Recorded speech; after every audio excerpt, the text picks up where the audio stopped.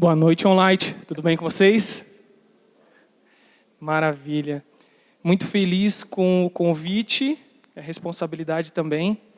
Mas o curioso foi que eu fiquei mais nervoso, vamos chamar assim, né? Não estou tão nervoso quanto das primeiras vezes, mas fiquei mais nervoso quando Deus me deu a palavra que eu tinha para compartilhar nessa noite. Deus realmente deu algo muito precioso. E eu me sinto honrado de poder ser testemunha, ser a boca, no caso, o vaso, para comunicar essa palavra. Antes da gente entrar nela, eu queria que aí onde você estivesse, fechasse os seus olhos, e a gente vai dar ainda mais liberdade para o Espírito Santo tem para fazer nessa noite. Ora comigo. Fala com Deus, entregue esse momento nas mãos do Senhor, pede para que nenhum atrapalho venha ocorrer nesse momento, que a sua atenção possa estar cativa nele. Peça que todo nervosismo agora, talvez, do René não venha atrapalhar aquilo que ele preparou para comunicar ao seu coração. Que nenhuma falha técnica, nem a chuva, ou as preocupações das coisas que ficaram lá fora possam atrapalhar esse momento que é seu com Deus. Senhor, em nome de Jesus, eu te peço, Pai, usa a minha vida nesse tempo. Espírito Santo, enche-me para que eu possa transbordar nesse tempo a palavra que o Senhor colocou no meu coração.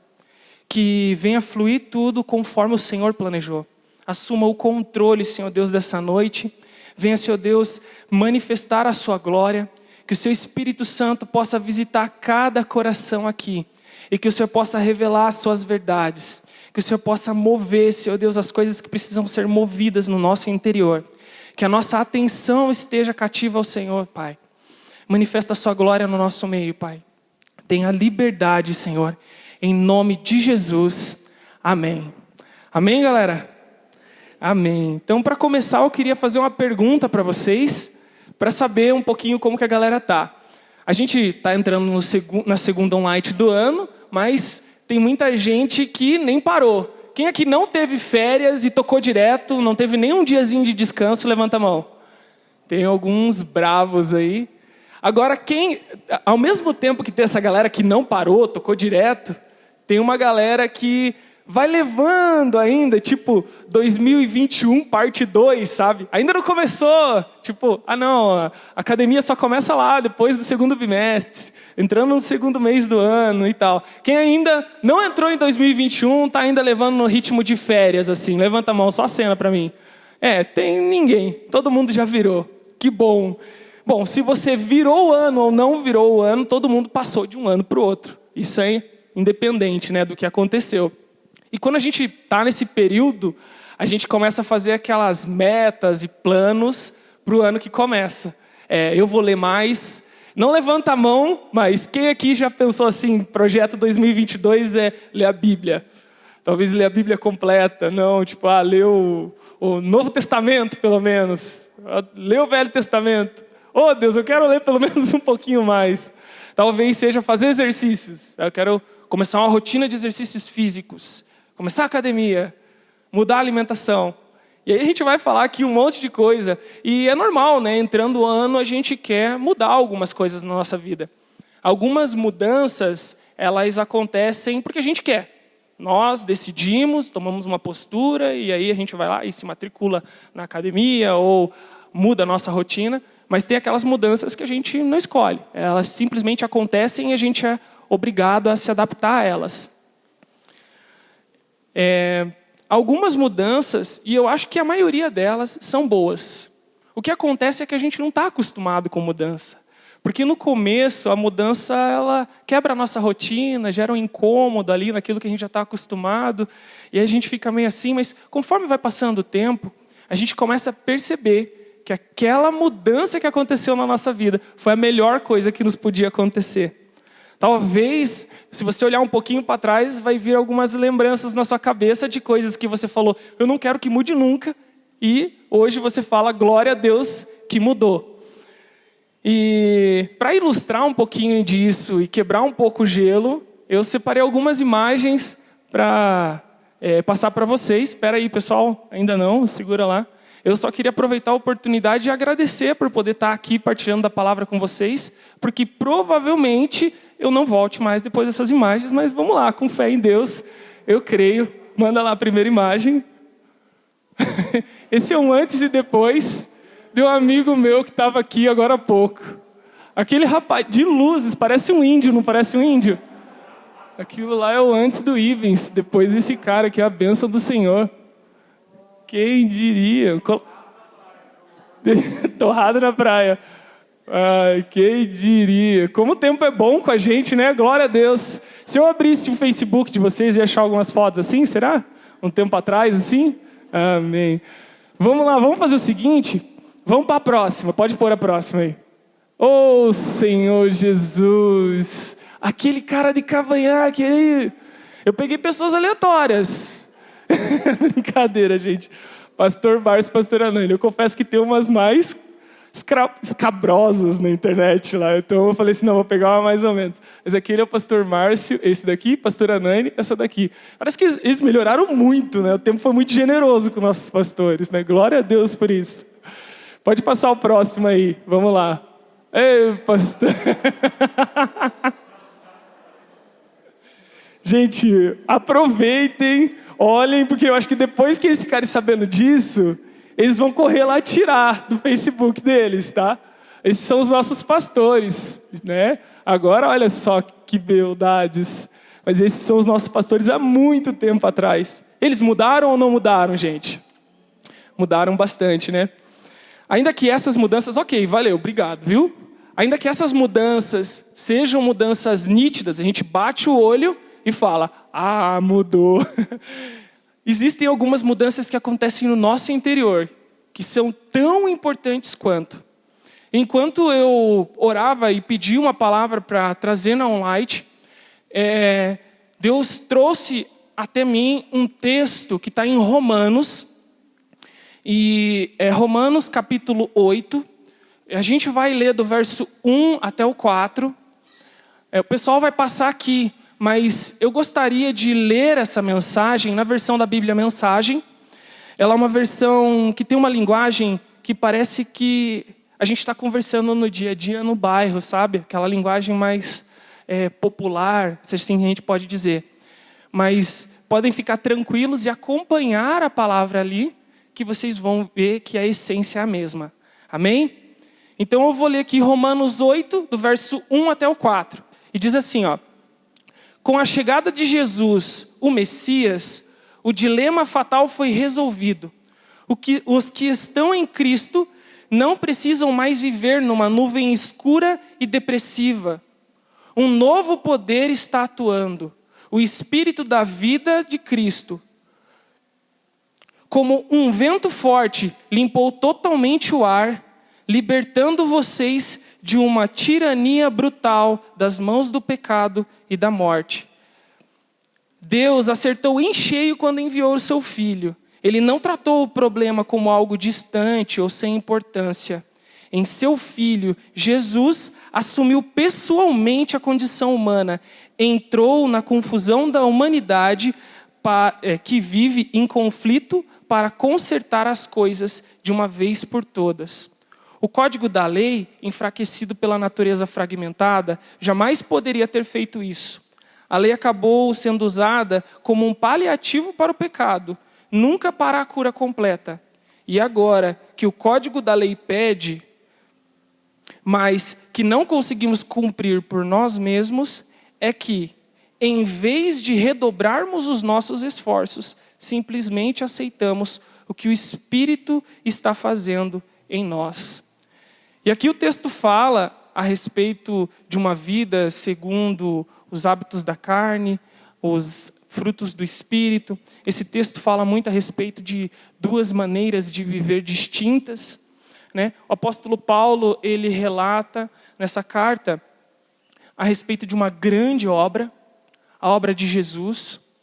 Nessa obra, ele entregou o seu Filho e através disso nós encontramos a graça que foi provado com um sacrifício de alto preço. Nós não conseguiríamos alcançar essa cura completa do pecado pela lei, porque todos os nossos esforços não conseguiriam fazer isso. Por isso Jesus veio e pagou um preço justo.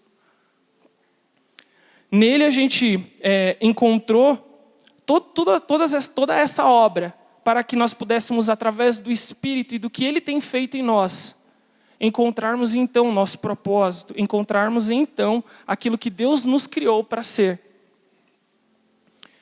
E no final desse texto, nós temos uma frase que diz assim, né? Aceitando o que o Espírito está fazendo em nós. E quando eu li isso, galera, meu corpo arrepiou. E essa palavra ficou martelando na minha cabeça. Mas o que o Espírito tem feito em nós? O que o Espírito está fazendo em nós? Então isso nos leva ao tema da mensagem de hoje, né? O que o Espírito tem feito em nós? E eu orei muito, não foi uma resposta que me veio assim. Eu fiquei até preocupado, pensando, Deus, o Senhor me deu a palavra, que o Senhor não me deu a resposta. Mas, pela graça de Deus, Ele falou para mim, e Ele pediu para que eu compartilhasse com você nessa noite, porque essa palavra veio para mim, mas logo em seguida ela é para você que está aqui nessa noite, nesse dia chuvoso, mesmo com alerta de incêndio, mesmo com todas as coisas que aconteceram na sua rotina no dia de hoje, essa palavra é para você. As coisas que o Espírito tem feito em nós é investir. Mais uma coisa que o Espírito tem feito em você, o Senhor tem cuidado de você. Mais uma coisa que o Senhor tem feito em você, o Senhor tem preparado você.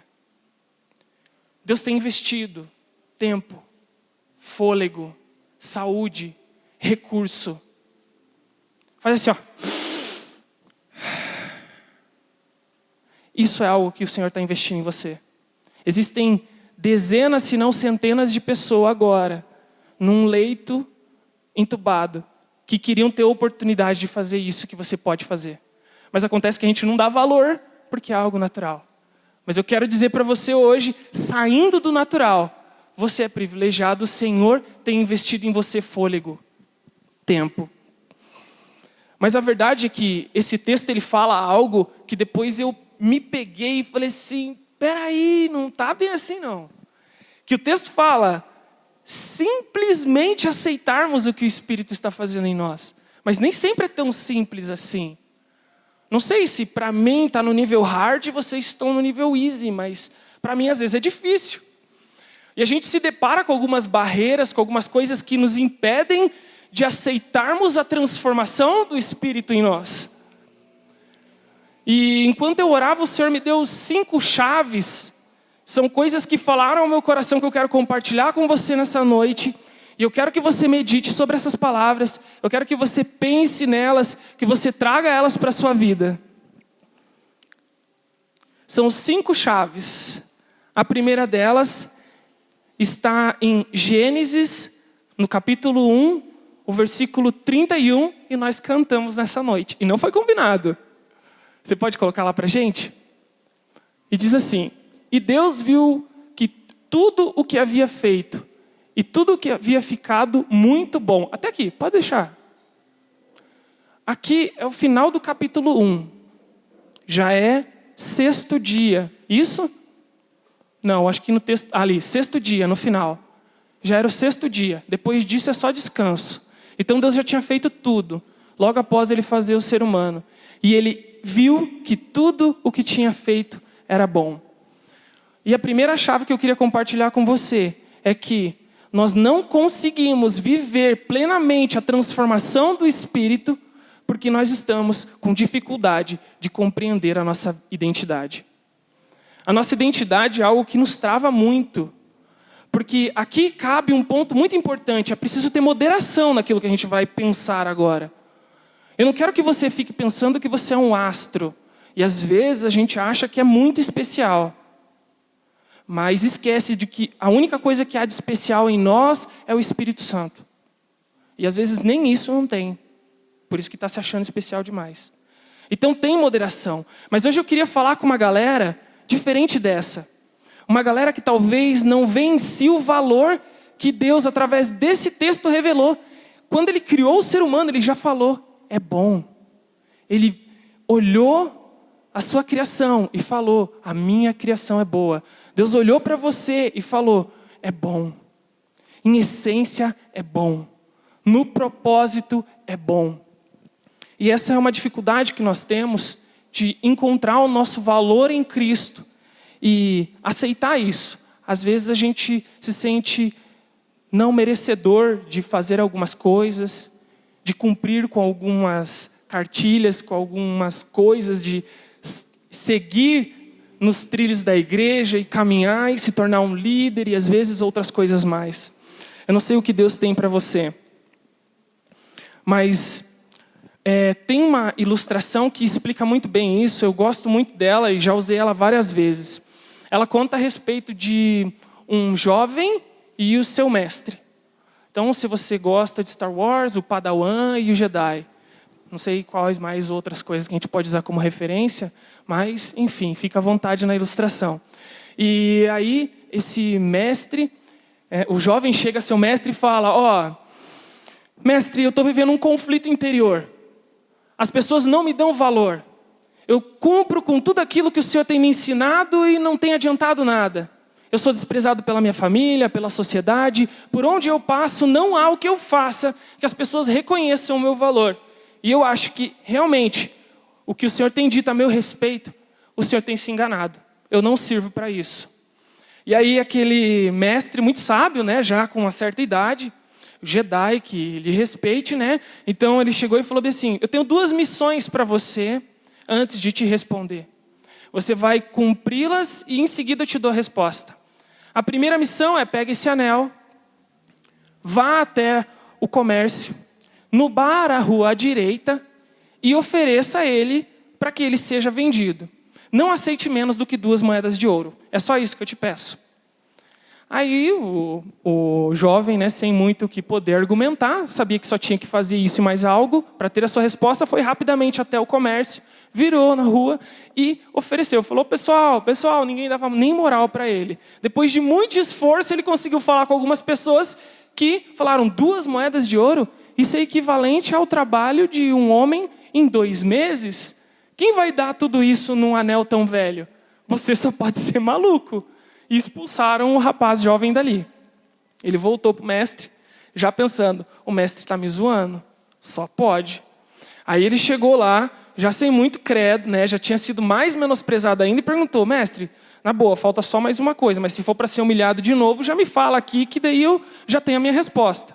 O mestre falou, calma, às vezes a gente é ansioso, né? Calma, vai e faz a segunda missão que eu tenho. Agora você vai pegar esse mesmo anel, vai na rua esquerda e vai no ourives. No ourives é que vende joias de ouro. E aí, nele, você vai pedir um orçamento. Mas peça um orçamento e não venda, independente do preço que ele lhe oferecer. Aí o jovem, pronto, eu já não fui fazer nada no comércio, agora eu vou fazer nada no ourives. Mas, como ele já estava curioso para a resposta, ele foi. Chegou lá com o anel, apresentou para o ourives, senhorzinho, com aqueles monóculos, colocou, se debruçou, iluminou, buscou um livro, folheou algumas páginas, e já passado alguns minutos que ele estava analisando o anel, ele olha para o jovem e fala, esse anel realmente é bem valioso. Eu ofereço para você 12 moedas de ouro. Aí o cara fala, hã? Mas eu acabei de sair do lugar lá e os caras não davam 2 moedas de ouro. E o senhor está querendo me dar 12? Ele é o que eu posso te dar nesse anel. Aí o jovem falou assim, não, mas eu não posso vender. Meu mestre falou que eu não posso vender. Aí ele, peraí, só um minutinho. Foi lá para dentro, mexeu nos baús, voltou e falou, eu achei mais 6 moedas de ouro. São 18 moedas de ouro. É tudo que eu tenho. E eu deixo você escolher mais um anel de qualquer um que eu tenho aqui. E você me vende esse anel. Aí o jovem falou, não posso vender. Quero, mas não posso. E ele percebeu que aquele anel era muito valioso. Aí já com medo, colocou o anel na meia, né? Vai saber que encontra no caminho e voltou. E voltou já, né? Falou, opa, tem alguma coisa aqui. Quando ele apresentou o anel para o mestre falou, então, você é como esse anel. No lugar inapropriado, não tem valor nenhum. No lugar apropriado, nas mãos de quem tem o olhar certo, você tem um valor inestimável. Então, a nossa vida é assim. Às vezes, nós estamos esperando ser aprovados por pessoas que não têm potencial para dizer qual é o seu valor. A gente está esperando a aprovação dos nossos amigos do colégio, que muitas vezes estão sendo movidos por invejas ou estão passando por outras crises iguais à nossa. Nós estamos esperando ser aprovados por uma pessoa que ainda nem nos conhece, e aí a gente fica se defraudando, seguindo pessoas nas redes sociais, esperando um like, esperando uma curtida, esperando mais visualizações. A gente está esperando a aprovação de quem não tem potencial, gabarito ou conhecimento suficiente para dizer o valor que você tem. Agora, se você se pôr no secreto e conversar com Deus, Ele vai revelar o seu verdadeiro valor. Ele vai revelar o lugar que você tem que estar. Porque realmente um anel de ouro é muito valioso naquilo que ele se propõe em ser. Mas tenta experimentar um anel de ouro para bater um prego. Você vai preferir um martelo, muito menos valioso. Então, você precisa, além de saber o seu valor, estar no lugar certo. E tudo isso fala a respeito de identidade. Sabe um outro personagem que fala muito a respeito de identidade, e a gente olha e vê só o final da corrida, Davi. Quando a gente fala de Davi, a gente vê o cara que matou o gigante e o cara que foi um grande rei. Matou muitos, né? Davi e os seus valentes. Mas a verdade é que a história de Davi começou como o filho excluído, né? O profeta falou, reúna seus filhos. Eu quero conhecer todos. Mas Davi não estava lá.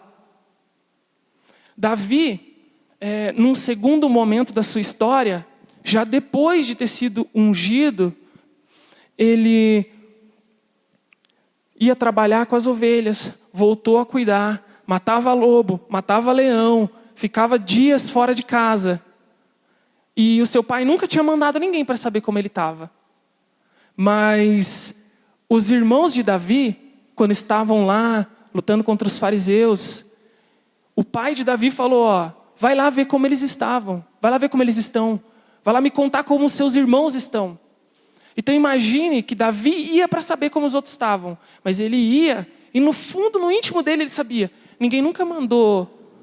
o meu pai nunca mandou ninguém saber como eu estava lá. Eu já passei um apuro lá com aquelas fundas, com as pedras, salvando as ovelhas, mas meu pai nunca mandou ninguém lá para saber como eu estava. A verdade é que talvez na nossa jornada, até as pessoas mais próximas vão distorcer a nossa identidade. Enquanto eu ouvi o louvor e Deus falava através desse tempo de adoração, o Espírito Santo confirmava no meu coração. E quando a gente orava, cantava, né? Maranata, a gente anuncia, ora vem o nosso Pai. E isso fala a respeito de um Deus que foi, mas que Ele cumpre a promessa dEle de voltar a nos buscar. Talvez hoje seja o dia de você olhar para algumas feridas que foram deixadas por pessoas que eram para cuidar de você e falar, realmente a minha identidade está bagunçada nisso, mas eu encontro num Deus Pai me liberando para o meu propósito, porque eu tenho um Pai que não mente para mim. Eu queria compartilhar com você então sobre a segunda chave. A segunda chave, ela é arrume a sua casa. E quando a gente fala arrume a nossa casa, lá, por favor, coloca 1 Coríntios 6:19. Coríntios 6:19. Acaso não sabem que o corpo de vocês é santuário do Espírito Santo que habita em vocês? Pode segurar aí.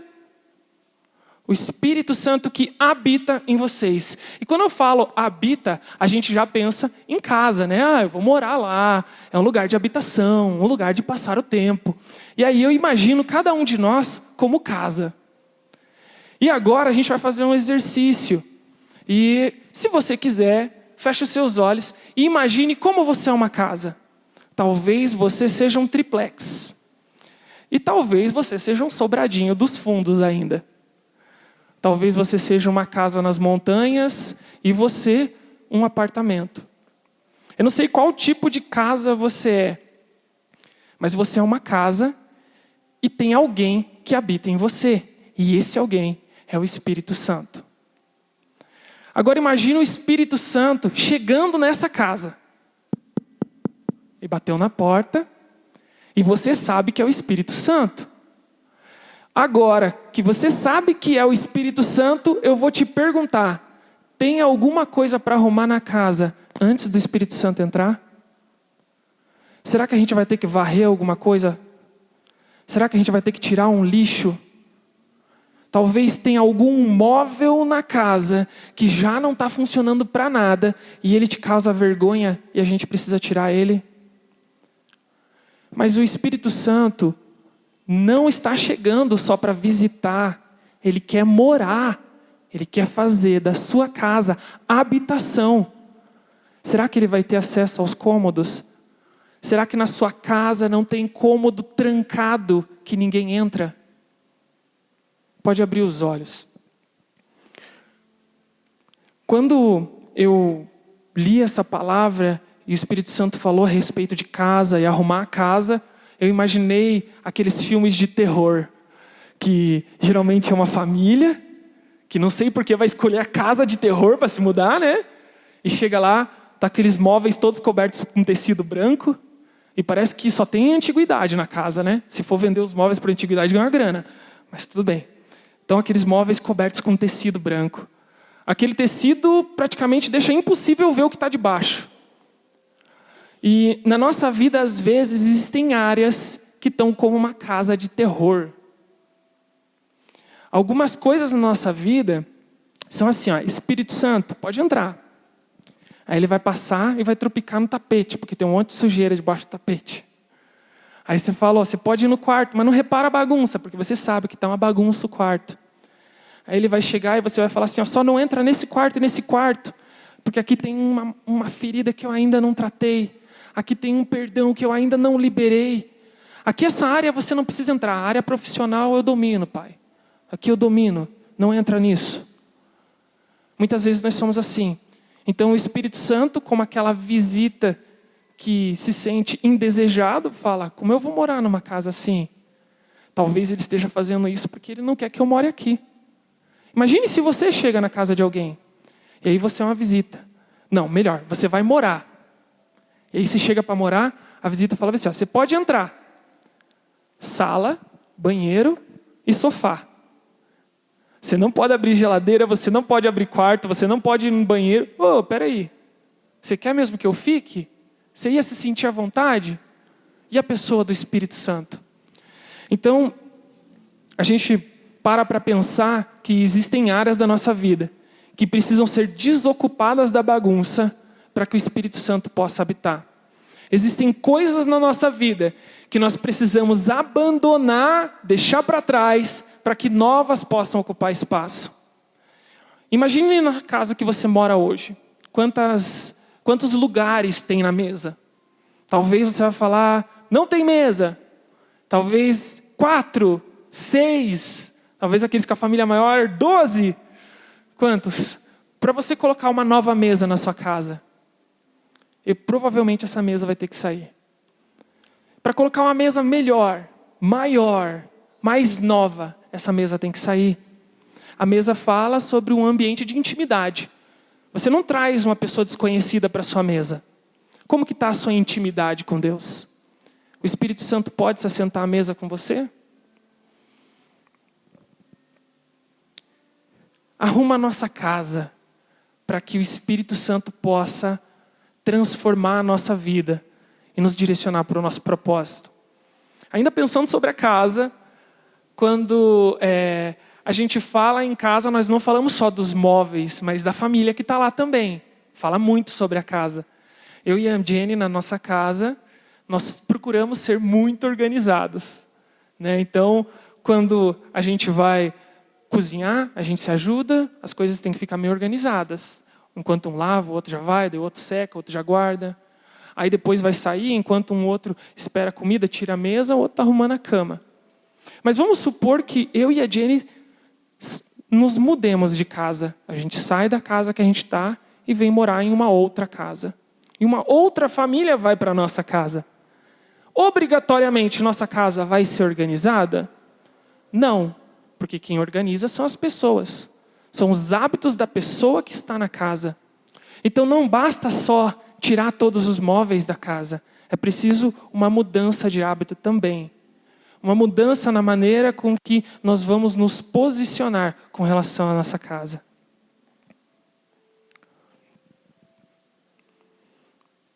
Terceira chave.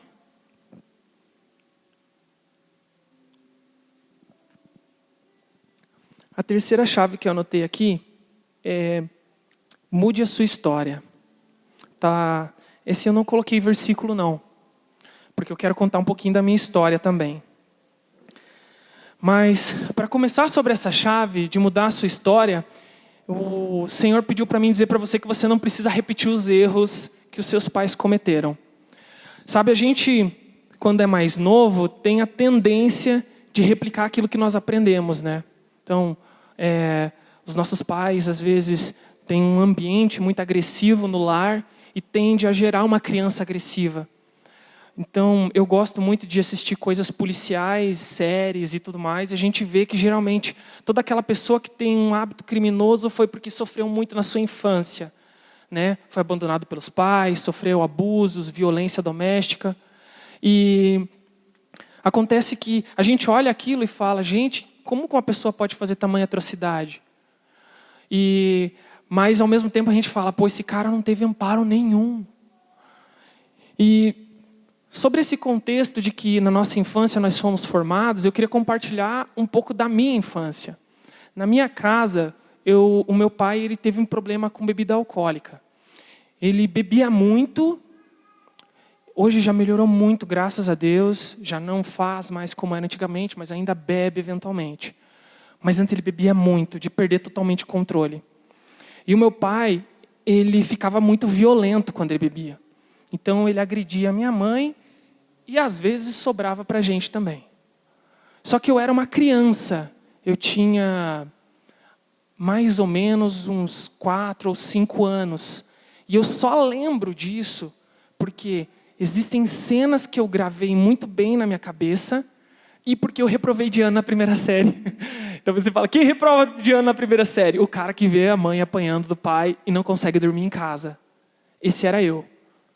Então, eu cresci nesse ambiente e talvez a natureza, não sei se a gente pode falar isso, né, de uma pessoa que cresce num ambiente com muita bebida, com muita violência, se tornar alguém violento. De fato, eu fui um adolescente meio briguento, assim, mas eu acho que dentro do normal, ou talvez um pouquinho mais normal só, mas nada demais. E bebida era uma coisa que, cara, para mim virou uma barreira enorme. Eu me converti mais ou menos nos meus 17 anos, mas antes disso eu nunca tinha bebido. Aí depois dos meus 17 anos, eu fiquei 2 anos na igreja e me desviei. E aí, como todo bom desviado está repreendido no nome de Jesus, eu fui para bagunça. E lá eu bebi, e daí eu falei assim: nossa, cara, que paia isso, é amargo, é sem graça. E eu falei: não quero mais. Mas no fundo, meu coração falava assim: cara, não, esse caminho é desgraça. Esse caminho é ruim. Porque uma bebida traz outra, que traz um hábito de bebida, que vai trazer a violência para dentro da sua casa. E depois que eu amadureci, voltei para Jesus, eu compreendi que, na verdade, mesmo quando eu não estava próximo dele, o Espírito Santo estava cuidando para que eu não repetisse o ciclo de violência, de alcoolismo, de vício que estava na minha casa. E essa história fala para você também.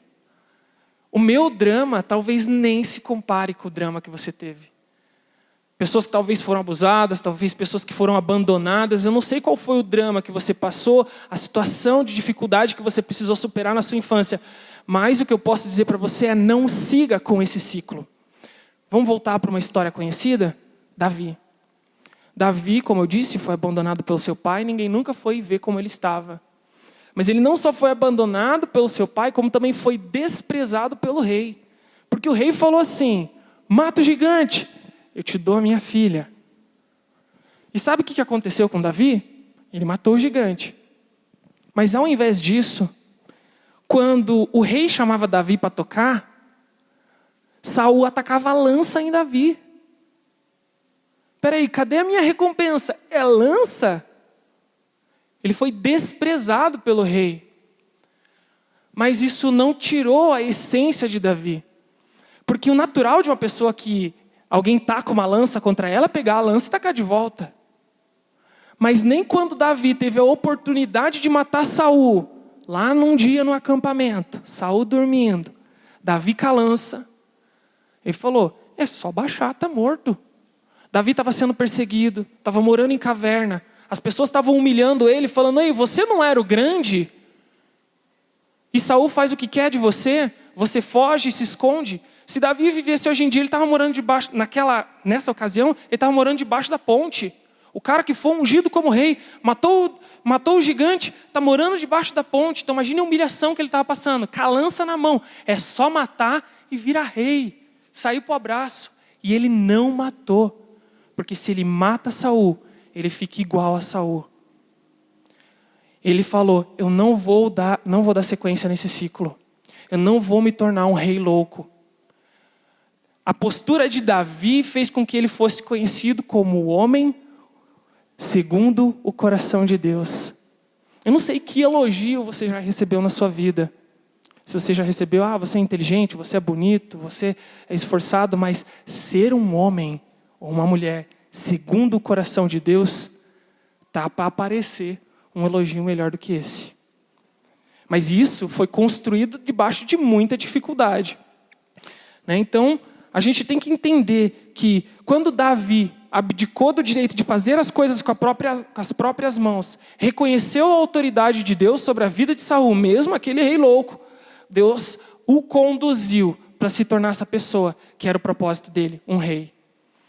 Então, eu vou desafiar você. Eu não sei que tipo de lança que as pessoas estão atacando contra você na sua história, na sua vida, na sua maneira, na sua caminhada. E acredite, talvez essas lanças estejam vindo de muito mais perto. Você não tem que atacar de volta. Não ataca de volta a lança. Seja diferente e seja impulsionada por Deus para o seu propósito. Para você reinar, para você ser um homem, uma mulher, um jovem, segundo o coração de Deus. Amém? Deixa eu dar uma olhadinha na hora. Quarta chave, 2 Coríntios 3,18. Somos transformados de glória em glória. 2 Coríntios 3,18. Em todos nós...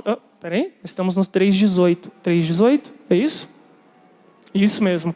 E todos nós, que com a face descoberta contemplamos a glória do Senhor, segundo a imagem que estamos sendo transformados com glória cada vez maior, a qual vem do Senhor.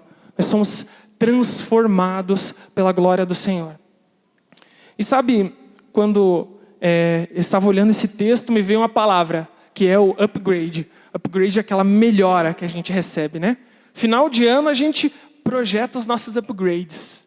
Vou fazer mais academia, vou ficar forte, vou ficar mais magro, vou ficar mais rápido, vou ficar mais inteligente, vou ler, vou estudar mais, vou passar no vestibular.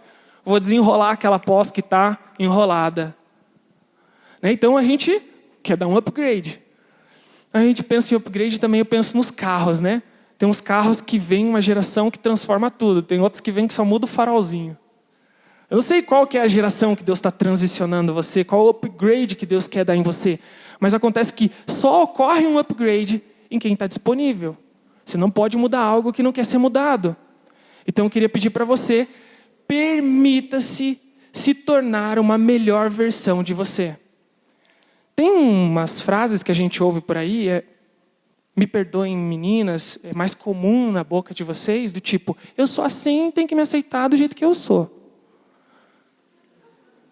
Aí o rapaz geralmente é mais agressivo, né? Quem quer, quer, quem não quer, não quer. Tem que me engolir. Os rapazes mais grossos. Mas a verdade é que essa é a frase da pessoa que não está disposta a mudar. Eu quero dar uma dica aos recém-casados, ou aqueles que estão namorando e pretendem casar. Espero que todos que estão namorando pretendam casar. E aos noivos. Eu estou casado 9 meses, amor? 9 meses. Isso aí. 10 meses. Dica, tem que aprender a dizer sim, senhora. Mas tem que entender que ela também vai te servir. ela vai cuidar de você na mesma proporção que você disser sim para ela. Às vezes a gente vai abrir mão de umas coisas que a gente quer, tipo, eu chego em casa, às vezes eu só quero ir para minha cama, ou tomar um banho rapidão.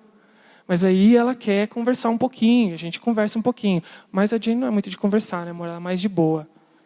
Mas quando ela quer conversar, tem que conversar. Às vezes tem as planilhas. A gente é muito organizado, gente. Então, a gente chega, às vezes eu estou cansado o dia inteiro atendendo chamado. Eu trabalho com TI, é só problema. Aí eu chego em casa, amor, a gente tem que preencher nossa planilha de custo. E eu falo, hã? Claro, amor. Então, a gente tem que aprender a melhorar. A verdade é que eu tenho me tornado uma pessoa melhor ao lado dela. E eu espero que tenha feito isso com ela também.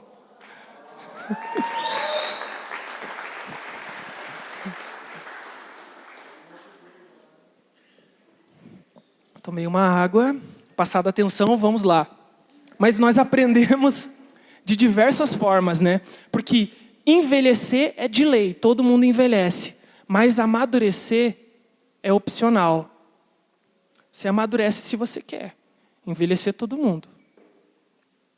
Nós podemos aprender ouvindo nossos líderes, pais, pastores.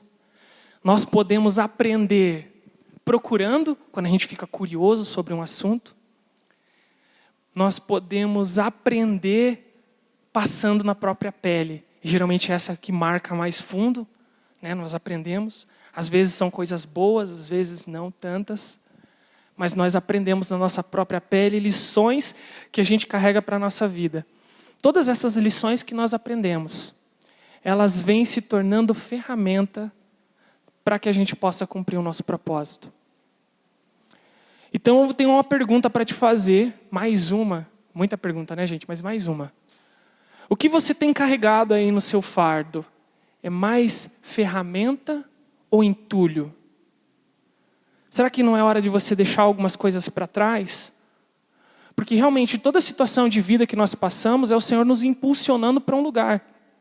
Em Salmo 139, no verso 1 ao 3, diz assim, ó. Pode pôr para a gente? Salmo 139. Senhor, tu me sondas e me conheces. Sabes quando me sento e quando me levanto. De longe percebe os meus pensamentos. Sabes muito bem quando trabalho e quando descanso. Todos os meus caminhos são bem conhecidos por ti. Deus nos conhece bem. Muito melhor do que nós mesmos. E Ele tem nos conduzido por caminhos. E esses caminhos são as ferramentas que vão nos impulsionar para o nosso propósito. Temos o coração aberto para viver essa transformação dos processos de vida é muito importante para que a gente possa cumpri-lo. Quinta e última chave para que nós possamos passar por uma transformação do Espírito. Confie. Números 23, 19, por favor, Números 23, 19 diz assim: Deus não é homem para que minta, nem filho do homem para que se arrependa. Acaso Ele fala e deixa de agir? Acaso Ele promete e deixa de cumprir? O pessoal do louvor, se puder já ir subindo. Esse texto fala a respeito de confiança, né? Um Deus que fala e faz. E quando a gente fala de confiança, é muito fácil falar, eu confio em Deus, mas a confiança é abrir a nossa casa para que Deus possa entrar. Você não traz alguém que você não conhece para dentro da sua casa, ou traz. Você abre o seu quarto para alguém que você não conhece? E será que você deixaria alguém que você não conhece entrar no seu coração? Por isso que conhecer a Deus, confiar nele, é indispensável para que você passe pela transformação completa do que Deus quer fazer na sua vida. Mas quando a gente fala a respeito de confiar em Deus, muitas vezes a gente se pega numa cilada que é de comparação. Porque parece que a gente olha as histórias e vê pessoas com histórias muito parecidas com a gente, que parecem estar muito à frente. e outros que parecem estar atrás.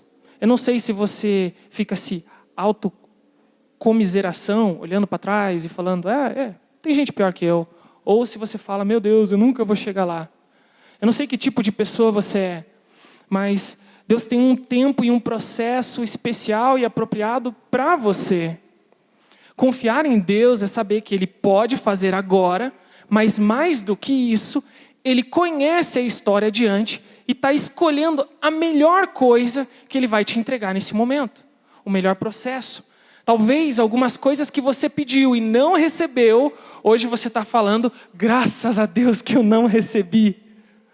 Vamos lá, o exemplo mais comum, aquele traste, ou aquela marra de Satanás, né? Aquela pessoa que você falava, meu Deus, eu não vou viver sem, e Deus levou, e você fala, glória a Deus. Agora vamos para outras áreas, área profissional, você rompeu.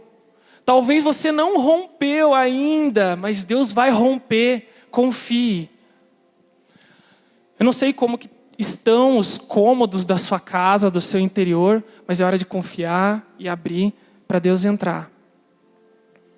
É impossível ser cheio da presença do Espírito Santo e permanecer o mesmo. É impossível ter uma casa completamente cheia do Espírito Santo e ela ficar igual.